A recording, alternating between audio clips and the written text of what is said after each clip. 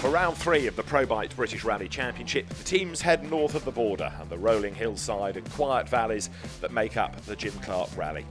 Well, quiet for now at least, but that's all going to change once the mighty Rally2 spec machines start laying down rubber on the tarmac roads. These stages are fast and demanding. Skill and car control will be key. First held in 1970 and a part of the BRC for 25 years, the rally is named after the legendary 1963 and 1965 Formula One world champion. With 2 different winners from 2 events, this rally is wide open. Round 1 winner Chris Ingram looked imperious on the tarmac of the Northwest stages. Will it be a return to the top of the podium here in Scotland? With a 3rd place last time out, he has a narrow lead in the championship standings. William Creighton has been the epitome of steadiness, guiding his Ford Fiesta into a solid 2nd place both in Lancashire and the foggy gravel test in Wales. Imperious in Wales though, Ossian Price put the disappointment of the Northwest behind him to beat all comers and to slip into 3rd place overall. But there's a gap he needs to close to challenge for the top spot. James Williams has back-to-back 4th places. He'll want to move into the podium places here at Duns, riding on the back of his success last week in the Manx National Rally. Marion Evans was disappointed with his Welsh showing and he'll be after better here, and there's a gap to the rest with local man Garry Pearson hoping to make hay on home territory. For those not fortunate to have seen Jim Clark at the wheel of a car, there is a museum dedicated to his memory, and Holly McRae went to the Jim Clark rooms. When Juan Manuel Fangio, the man that many consider to be the greatest racing driver of all time, said no, Jim Clark was the very best. You've got to sit up and take notice. And here in Duns, where the Jim Clark Rally will start shortly, the museum in his memory serves as a reminder of just what a talent he had. Sports cars, saloon cars, Grand Prix cars, and even Indy 500 cars. They were all the same to Jim. He won in all of them. Although most notably known as a 2-time Formula One world champion, Jim Clark was setting records long before his time with the Lotus team.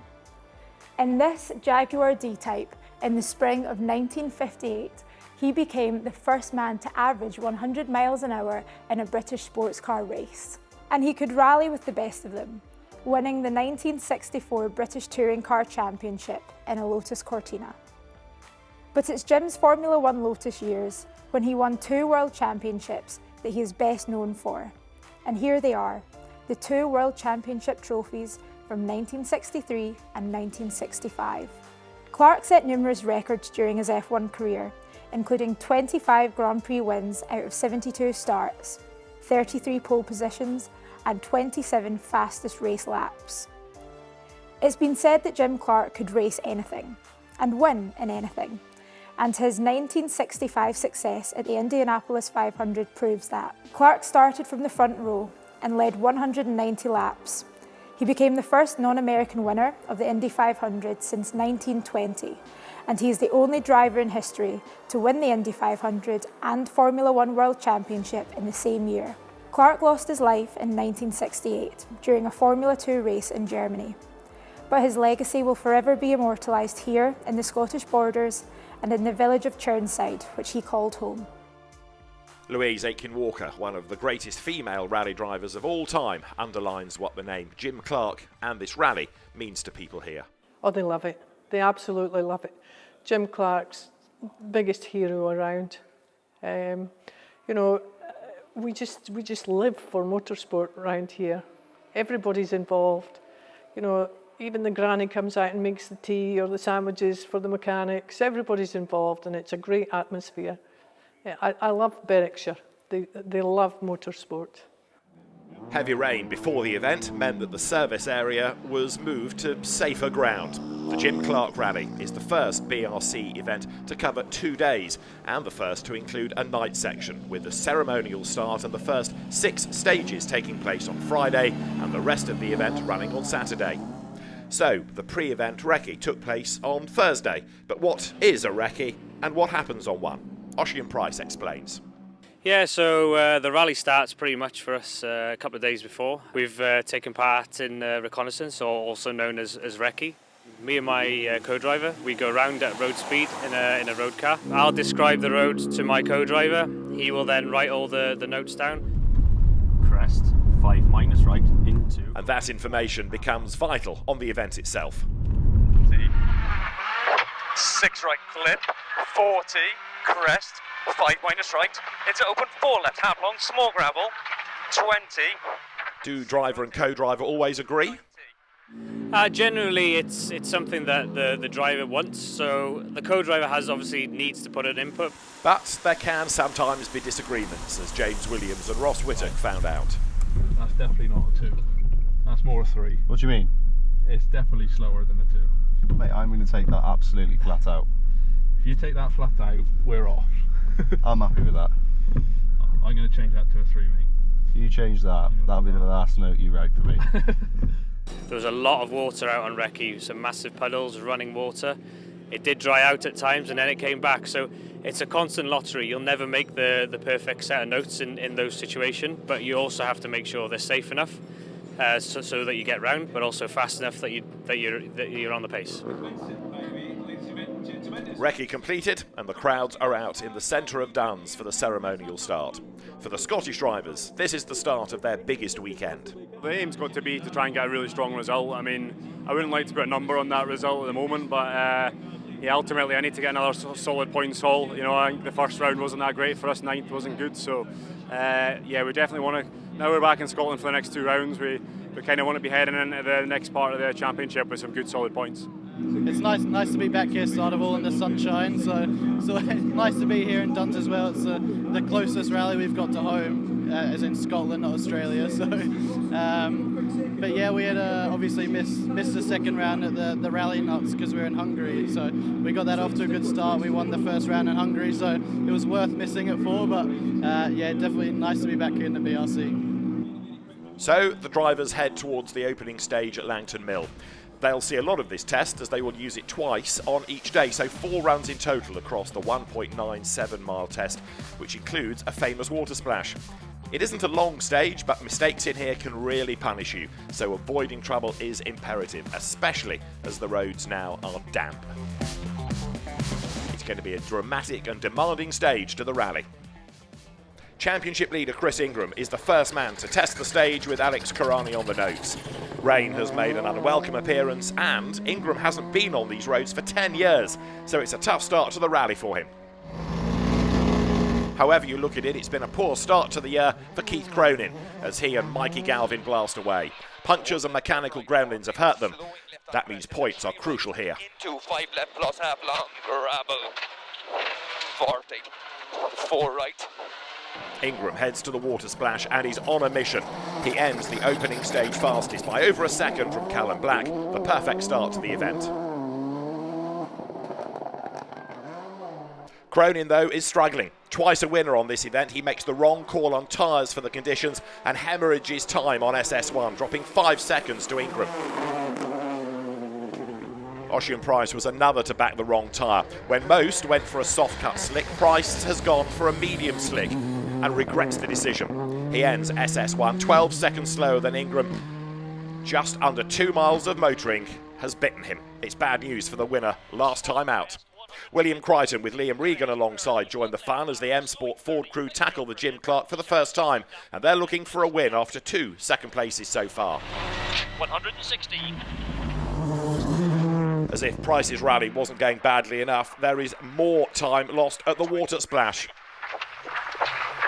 The engine almost drowns, and he stutters up the hill. Keep right. He's also got to use these wrong tyres for all of the opening loop, so he needs it to dry out quickly. It's been a tough start to the rally for Ossian Price. James Williams and Ross Whittock are handily placed in 4th in the championship, confidence boosted by a recent Manx Rally win. The 87 miles he faces here make a very different challenge though. Williams had a good result here 2 years ago and must be one of the favourites in 2024. Marion Evans claimed a podium on the last asphalt rally and makes a solid start to the Jim Clark, 4th fastest on SS1. William Creighton attacks the water splash, fresh from an outing in the World Rally Championship in Portugal. There was rain there, and it's followed him home for a wet and slippery opening day. Creighton isn't as committed as Ingram on the opening stage, though, and drops 3.3 seconds to the leader. Local hero Garry Pearson, with Daniel Barritt in the co-driver's seat, will be hoping fan power pushes his M Sport Ford Fiesta to the front of the pack. A repeat of third in 2022, or better, would do him nicely. This rally shares the stages with other championships, one of which includes Steve Petch and his Skoda, but his day didn't last long. And that therefore means a hold-up while the Petch Skoda is removed. And as one battered car is, dare one say, moved out of the way, a cow invasion rather affects the stage. It has to be abandoned, and those drivers that didn't tackle it get a notional time. Special Stage 2 is Abbey St Bathans, and at 10.9 miles this is a crucial test.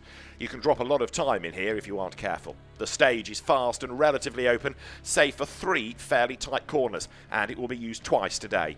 In theory it should be quicker second time around, with drivers gaining in confidence, but a good time here will be around 9 minutes. Ingram is one of the several drivers on this rally playing their joker. That offers up to 5 extra championship points depending on where you finish. Let's watch the stage. The onboard telemetry giving you the speed on the bottom right and the map on the top right, with the distance travelled on the left. 3 left in over crest, into cut, 2 right over jump. Keith Cronin is pushing, conscious that he needs a good run here to claw back some of the lost time.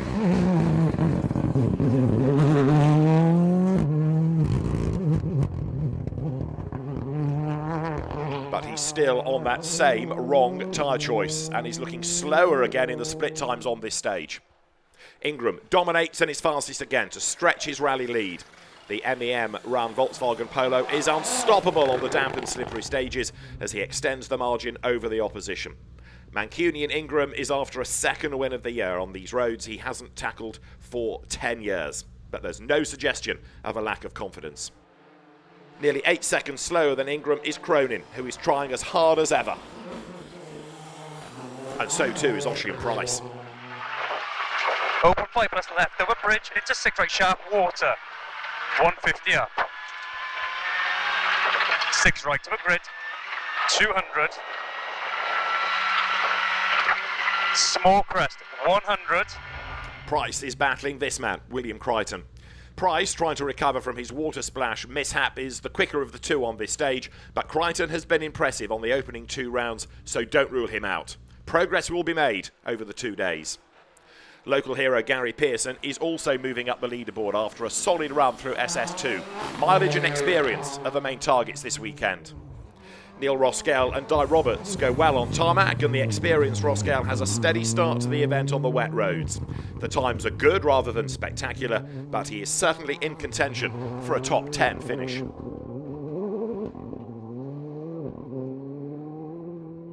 The fans are cheering for Max McRae, the Australian-based Scot, making a rare appearance on home soil.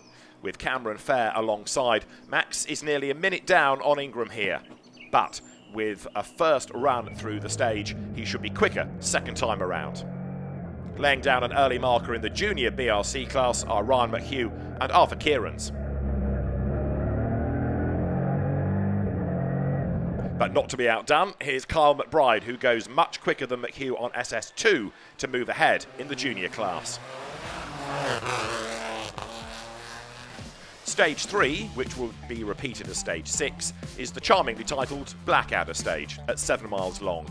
This is a tighter, slower stage with more junctions and more tight corners as it wriggles its way around the lanes. From junction 6 to 9 it's fairly fast, but a couple of 90-degree corners take the speed out of the final part. Ingram looks unstoppable so far and heads for a 3rd stage win of the day to increase the margin over the rest. William Creighton wasn't tricked into matching Ingram's pace, he was just keeping out of trouble and looking to bank points. Liam Regan is on the notes. Left past the lane and 1 right over small crest. 40 down, 1 left. Slight right into turn short flat, 1 left. Keith Cronin is closer to Ingram's pace as the road dries. The Fiesta still in the top 10, but Cronin eager to get to service and change tyres. Another eager for a fresh set of boots is Ossian Price, who struggles here and drops around 10 seconds to Ingram. Now here's a man in a hurry. Callum Black in his Fiesta, guided by Jack Morton. Black looked mighty quick, and so he should be. He's taken the car out of homologation and into the open class so that he can use a bigger turbo restrictor to get more power. And Darren Atkinson, with Harry Stubb sitting alongside him, leads the national class in his ubiquitous Ford Escort Mark II. And if it's excitement you're after, look at Carl McBride, whose Peugeot 208 is 600ths of a second ahead of Ryan McHugh's Fiesta in the battle for junior honours. The drivers have a short time now to sort out any issues before the start of the evening session, which will end in total darkness. Leader Chris Ingram has a 20-second advantage over Keith Cronin, but the service reveals a small amount of damage on his car. Join us after the break for the drama that only a nighttime session can bring. And as dusk approaches, it's interesting to hear how the drivers feel about the unique challenges of driving in the dark. It's quite unique, really, because I think it's probably the only loop of the year this year where we'll get in full darkness. So, yeah, it'll be interesting. Conditions obviously are very difficult as well, which doesn't help. But yeah, I mean, it'll spice it up a bit more, I guess. Might be some drama again. Hopefully, we'll avoid it this time around and climb the leaderboard a bit. So, 3 more stages tonight, starting with Langton Mill being used again. It acted as SS1 before an accident and a cow invasion caused its cancellation. Rally leader Chris Ingram heads into view, headlights piercing the gloom. As the light fades, those running earlier on the road have the better conditions, and Ingram is maximising that as he blasts through the stage. Keith Cronin has bolted on wets for the remaining stages. Let's see how he goes. 1, going to 4 right plus, 100, 1 left, 1 right, 40, slowing left on crest into 3 right, into 5 left plus half long, gravel. And the answer is better. 4 right, 100. 30. Garage hairpin right, buddy inside. 20. Very tight, buddy, hairpin left around bell. Handbrake. 50. Max crest into max left. 100. Cronin is still slower than Ingram, but the gap is narrower, and that's encouraging for Keith Cronin as he rebuilds his rally.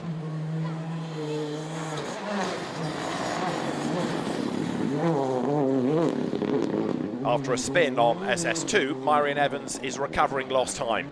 The Toyota Yaris is going strongly, on a comparable pace here to William Creighton's Ford Fiesta.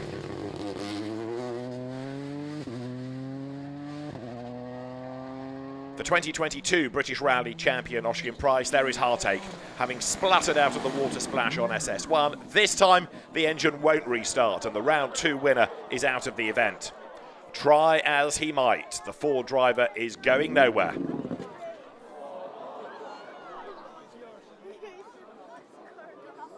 And this is how it looked on board.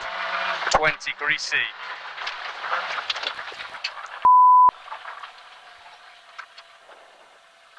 Starczy. It's the end for Ossian Price. William Creighton's pace is fading a little on SS4 and he's just a 10th quicker than Evans. He also falls into the clutches of Garry Pearson for 3rd overall. Callum Black still leads the open class, but his times are no match for those of Ingram up front. Garry Pearson is closing on William Creighton and his times are coming down. Garry confident to push harder on this second run through the stage.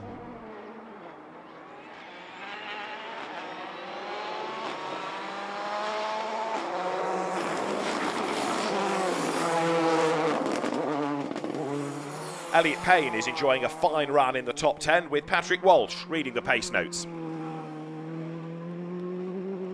A storming effort by Hugh Brunton and Drew Sturrock puts them 4th quickest on SS4. Brunton must have seen something in his tea leaves as he's another on this event playing his joker.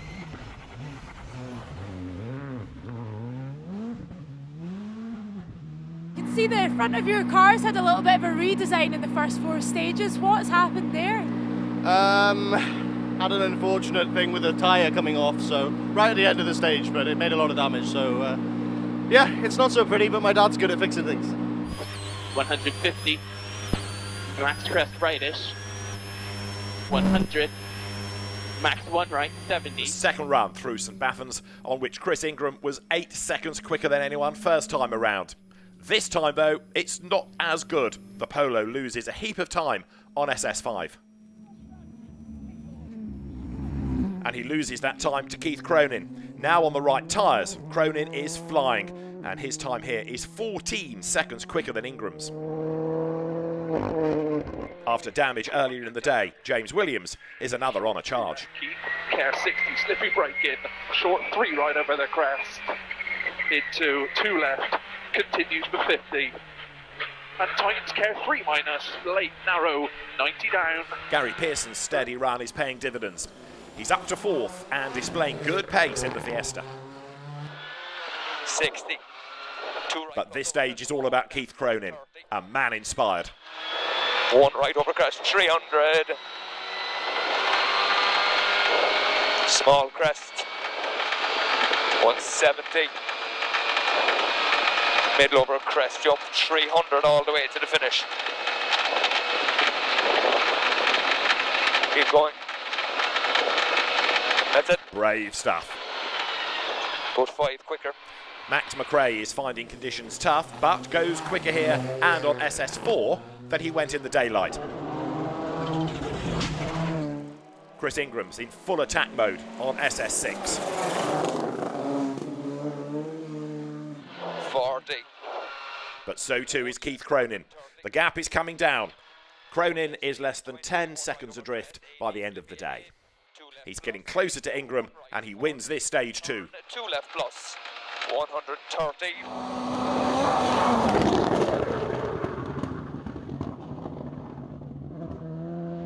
William Creighton is 3rd, 31 seconds down on Cronin, but ready to pounce if the top 2 hit trouble. But Creighton is under attack from Garry Pearson. For co-driver Daniel Barritt, a reading light is needed. Carl McBride will end the day 12 seconds ahead of Ryan McHugh in the battle for junior honours. And McHugh doesn't help his case with an off on stage 6. It's little mistakes like that that cost so much time and could radically change the outcome of the event. McHugh gets back on track but has lost time. Nothing to beat the drama of nighttime rallying, and the fans on these stages have been treated to plenty of that.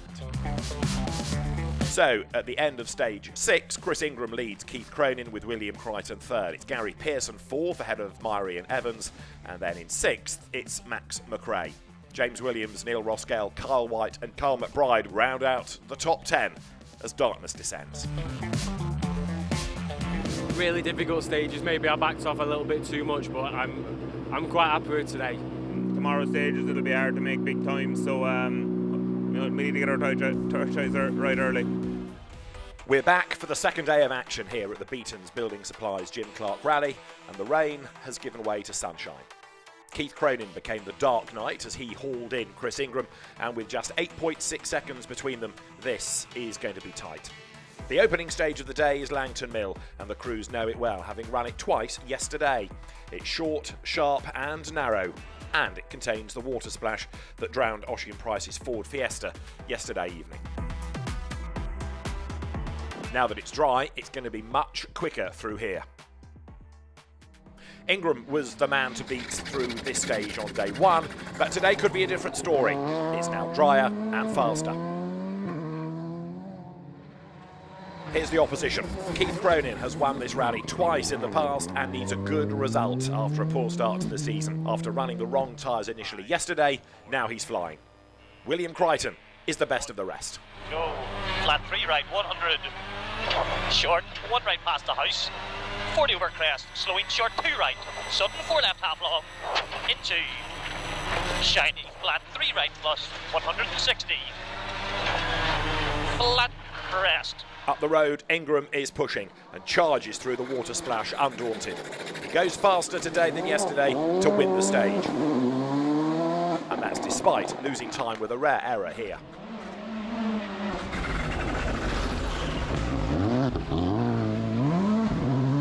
Creighton is still pushing. 160. Small crest, 50. 3 right plus, keep it down. into Cronin is on the attack as well. Second fastest here. He is 0.2 of a second slower than Ingram in an evenly matched fight. 5, 4, 3, 2. Garry Pearson blasts away. 5 right plus through bridge, 60, flat left at 3 right plus, 40, slowing crest, sudden, 4 right sharp, just in, then 6 left, opens, and latest 5 right plus, 150. Marion Evans had a spin in the wet on day one, but is looking more confident in the dry here, although he does drop time to the leaders. Max McRae is a man on the move. 4th fastest time on the stage. This, though, is what happened to Elliot Payne. A Ford drowned by a Ford.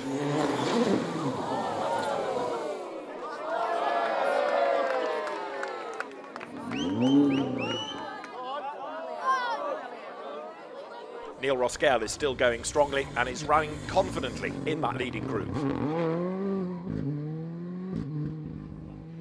Kyle McBride knows these stages well, and the experience is keeping him ahead in the Junior BRC fight. 40, 3 right plus, maybe slippy, into flat 5 left over, 60. James Williams has a surprise when he finds Elliot Payne's Fiesta stranded. Early 5 left plus round, 40, 6 right plus round, don't, right over 40. Stage 8 is Edron, a classic Jim Clark rally stage. Just over 7 miles long, it has some fast sections and some tight and twisty bits, but run in the dry will be key to the outcome of the event. And it's a decisive stage for Chris Ingram. A slow puncture leads to disaster. right into tight back 3 left. Don't.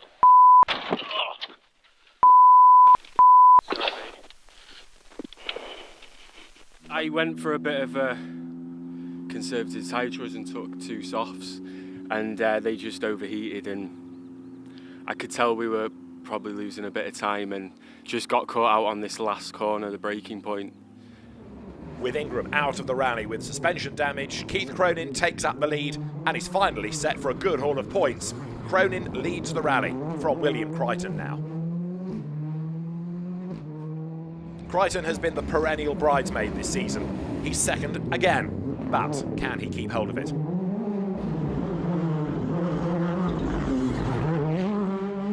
Garry Pearson looks like he's heading for a podium as Daniel Barritt guides him through the stage.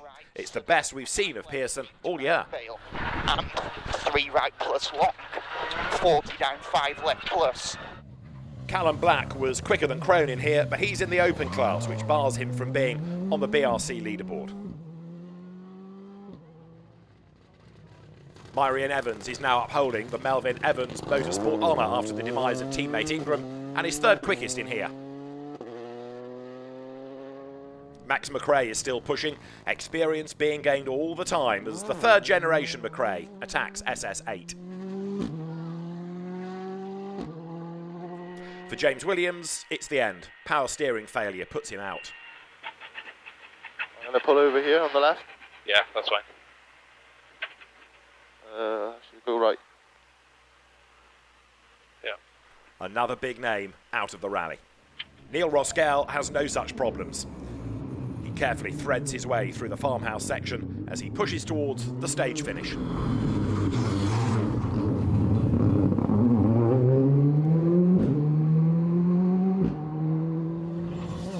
Michael Binney and Claire Mole flying on Edron 1, enjoying a fine showing in the open class. Kyle McBride is ahead in the Junior BRC battle, but even the best can make mistakes. 40. A spin on the oil dropped by Elliot's soon-to-retire car, causing the problem. 4 right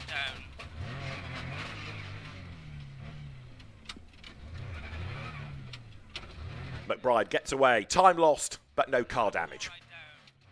Keith, you know how to go quick on these roads. It seems like the comeback is well and truly on. What's your plan for the day? We were having a good run in there, but unfortunately for Chris, he's gone off, so that battle won't happen now. But I could have had a puncher beforehand because I think we were closing on him on the road. So yeah, unfortunate, but look, we have a different rally to do now. We have a good lead back to second, so we just have to make sure everything's okay. Special Stage 9 is Ayton, all 7.13 miles of it. There is a lot of speed in here with a number of long, fast sections, but there are some tight junctions as well, so bravery isn't the only skill needed. A good time though here should be just under 6 minutes for the Rally 2 spec cars, but it will be a demanding and physical 6 minutes. Keith Cronin is first on the road and now with a healthy lead over the pack. Now he just needs to keep out of trouble and bring the car home for a maiden BRC win of 2024. Everything has conspired against Cronin so far this year, but now it seems the tide has turned. A win beckons. A third Jim Clark Rally win could be around the corner. Second, as ever, is William Creighton. If he hangs on to it, he will have been second in every event this season, but will also now move into the championship lead. That underlines the benefit of consistency. Creighton, the reigning junior world champion, is looking impressive. Marion Evans, though, is about to retire. Here on stage 9, he's a victim of a power steering pump oil leak, and that puts the Toyota out of the rally. Max McRae, though, is heading for 4th place, and that will be his best result in the BRC if he hangs on to it. Hugh Brunton's Skoda is still going well, although his stage times are a little down on the leaders.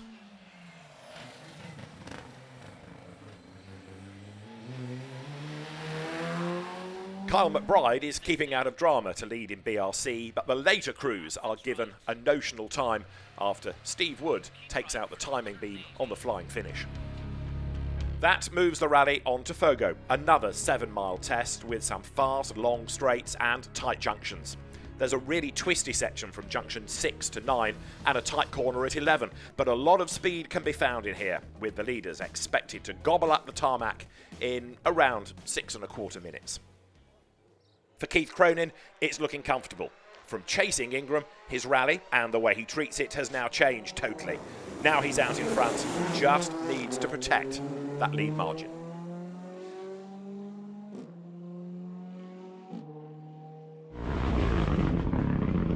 Cronin is quick here, but so is William Creighton. They stop the clock at 6 minutes 17.4 seconds each to share the stage win. Third is Garry Pearson as he heads for a maiden podium of 2024.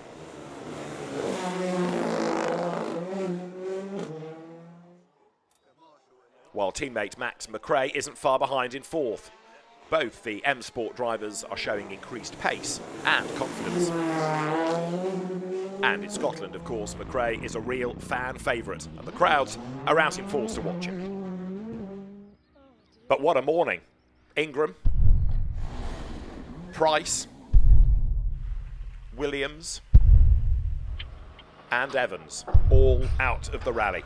Join us after the break to see the finale. It all comes down to this then. The real battle is on for 2nd and 3rd places as Keith Cronin looks comfortable in the lead. The crews head to stage 11, the roads being used for the 4th time on the event. Cronin heads to the Langton Mill watersplash for the last time to cement his lead, and he is now looking unstoppable.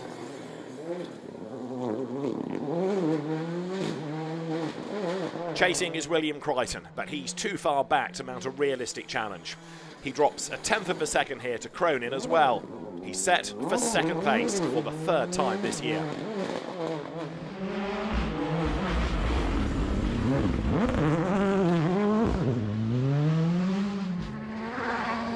Garry Pearson is still pushing as he hangs on to 3rd place. He has to push. His nearest rival is Max McRae. McRae has enjoyed his sort of home rally, and the fans have enjoyed having a McRae to cheer for. Here he is 2/10 quicker than Pearson, but he needs bigger gains than that. Neil Roskell is chasing McRae but can't quite match the pace needed to challenge for 4th place. Even so, Roskell is going well. In BRC 3, Steve Woff and Carl Williamson are ahead. A class win looking assured after rival William Hill retired on day 1 with brake issues. They are also running inside the top 10 overall. Dale Robertson. He and Douglas Redpath head for a fine 2nd place in the open category. No dramas for Darren Atkinson, his national class leading Ford Escort ploughing through the water splash in a way that puts some of the modern machinery to shame.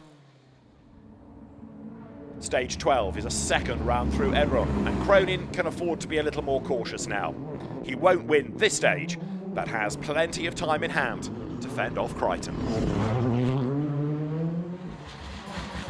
Creighton blasts through special stage 12 over 4 seconds faster than Cronin, assuring himself of second place.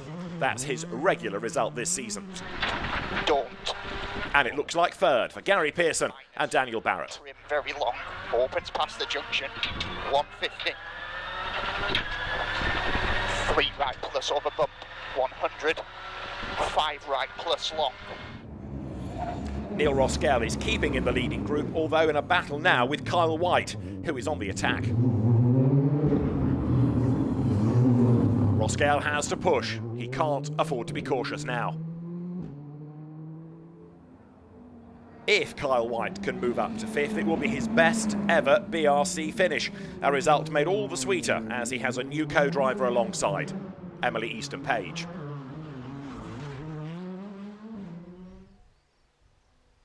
Stage 13 is another run through Ayton, and again this is consolidation Cronin, not quick Cronin. He is bested again by Creighton. Creighton takes another stage win, underlining his pace. That maiden win can't be far away. Pearson too is set for a podium result, and a popular one at that. Stage 14 is back to Fogo and the final test of the event. Cronin is prepared to take it easy once more to secure a third Jim Clark Rally win. So it's another stage win for William Creighton as he powers towards his trademark second place, taking 7 seconds out of Cronin's lead here.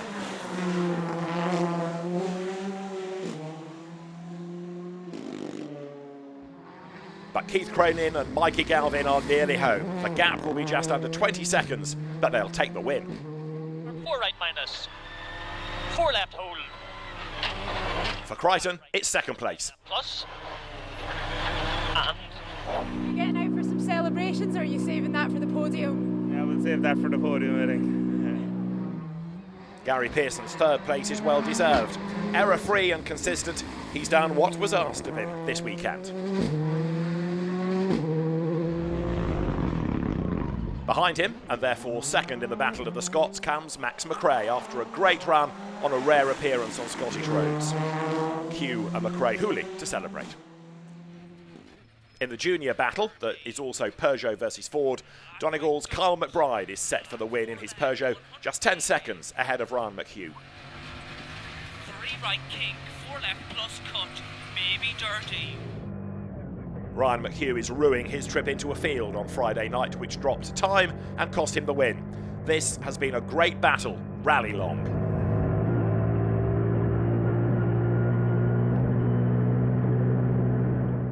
And congratulations to Kyle White. That's his best ever BRC performance. The results of the Jim Clark Rally confirm a third win for Keith Cronin to equal the record held by Andrew Nesbitt. William Creighton takes a third second place of the season, and Garry Pearson's third place equals his 2022 result. Max McRae's fourth is his best of the year. Kyle White in fifth scores his best ever BRC result. So Keith, it was a difficult start to the championship for you, but finally the winds of change seem to be blowing your direction, and that's the first victory of the season for you. What does it mean for the championship? It's great for the championship, yeah. We didn't have the greatest first 2 rounds, different things happening. It's good to get the win here, but as I said, when the championship was going bad after the first 2 rounds, as I said, then there's still long championships, still a long way to go. Win is great to have in the bag, but as I said, yeah, long way to go. Hopefully we will need more wins. So yeah, on to the next round. And we've got 3 rallies remaining the other side of the summer break. What is the plan for those? I think we're going to the Grampian next, isn't it? We've done that one before. I like that rally, so look, hopefully that'll go well. And then there's 2 days down in Wales and the Tar. They'll be 2 tough days, and that'll be the biggest rally of the year probably in the championship. So yeah, looking forward to that. As far as the championship is concerned, it's William Creighton now ahead, even though he's yet to score a win. Chris Ingram's decision to play the Joker wasn't a good one, because he drops to second ahead of Keith Cronin, who's up to third now after his rally victory. Garry Pearson fourth ahead of Ossian Price, another driver who failed to score on the event, as did James Williams and Marion Evans, who are 6th and 7th ahead of Neil Roskell, Kyle White and Max McRae, who hasn't done every round to round out the top 10. As far as the team's competition is concerned, it's M Sport Ford Rally Team ahead of the Castrol MEM Rally Team and JKS Team Northern Ireland in third.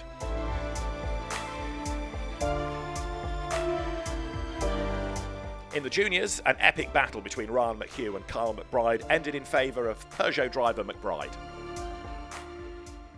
Well, it was a very, very tricky event. We got caught out in the wrong tyres yesterday for the last loop in the night stages, and yeah, we just had to get through nice and clean. But happy to get to the end of a very tough rally, and yeah, the pace is very hot, so it's great to have a lot of people around us pushing each other on. And yeah, it's just stage by stage, everybody is flat out. So happy to come away with the one, and yeah, played the Joker this weekend, so which made it really, really good for me.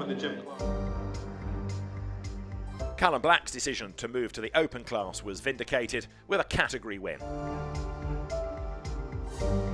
Very positive day, really happy with how the day turned out. We made some good steps forward with the setup. We tried some new dampers, tried a new tyre from Michelin, new M21 worked really well, so all positive stuff, and yeah, I'm looking forward to the next round and seeing what we can do. The national class winner once more was Darren Atkinson in his crowd-pleasing Ford Escort Mark II. With 3 winners from 3 events, the British Rally Championship is in fine shape as we head to the summer break. We're back in Scotland in August for round 4 of the BRC at the Voyonic Grampian Rally, so keep a lookout for that. Before we leave though, here's a look at some of the great footage grabbed by spectators here in the Borders and sent to us. Keep them coming.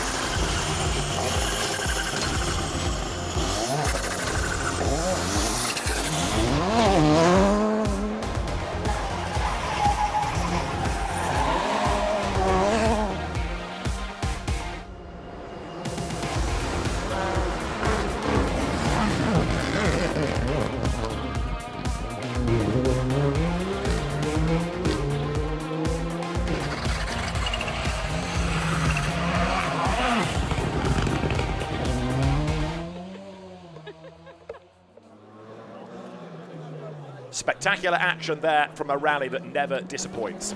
We're back in August.